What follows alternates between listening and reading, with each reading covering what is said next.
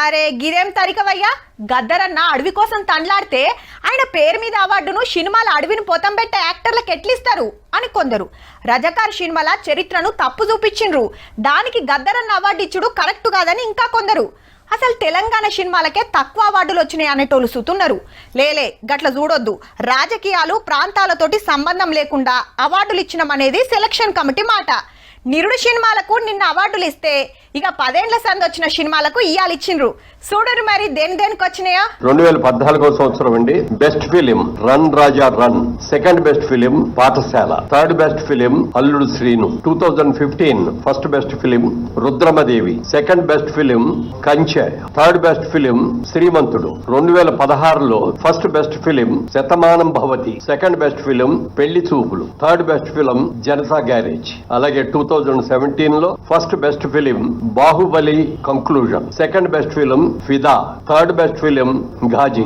అలాగే 2018లో first best film Mahanati, second best film Rangasthalam, third best film care of Kancharapalem. 2019లో first best film Maharshi, second best film Jersey, third best film Mallesham. అలాగే 2020లోకి వచ్చేటప్పటికి first best film Ala Vaikunthapurramuloo, second best film colour photo, third best film middle class melodies. 2021లో first best film RRR, second best film Akhanda, third best film ఉప్పెన.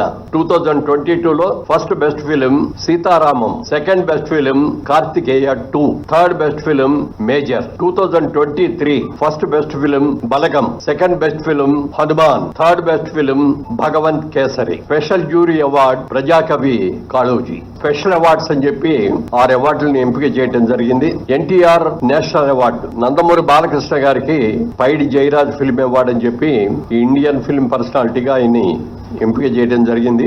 మణిరత్నం గారికి ఇస్తున్నాం ఈ అవార్డుని. Next BN Reddy film award for Telugu film director. Shri Sukumar, Vijay దేవరకొండకి